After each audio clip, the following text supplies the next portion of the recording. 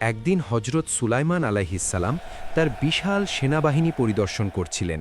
তিনি পশু পাখি ও জিনদের ভাষাও বুঝতেন। হঠাৎ তিনি লক্ষ্য করলেন একটা পাখি হুদহুদ অনুপস্থিত। সুলাইমান আলাইহিসসালাম বললেন, হুদহুদ কোথায়? আমি তাকে দেখতে পাচ্ছি না। যদি সে না আসে তাহলে কঠিন শাস্তি দেব। কিছুক্ষণ পর হুদহুদ ফিরে এলো এবং বলল, হে নবী, আমি এমন খবর এনেছি যা আপনি জানেন না। আমি সাবা দেশে গিয়েছিলাম। সেখানে এক রানী রাজত্ব করেন। তার নাম বিলকিস।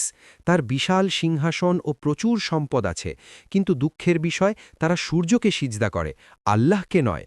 সুলাইমান আলাইহিসসালাম হুদহুদকে ক্ষমা করলেন এবং একটা চিঠি লিখে হুদহুদের পায়ে বেঁধে দিলেন। চিঠিতে লেখা ছিল, বিসমিল্লাহির রহমানির রহিম, আমার কাছে আসো এবং এক আল্লাহর ইবাদত করো। শেষে রানী বিলকিস ইসলাম গ্রহণ করলেন এবং আল্লাহর প্রতি ঈমান আনলেন। একটা ছোট পাখি আল্লাহর নবীর জন্য কত বড় দাওয়াতের কাজ করল।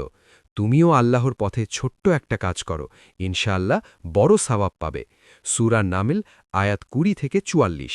আল্লাহ আমাদের সবাইকে সঠিক পথে চলার তৌফিক দিন। আমিন।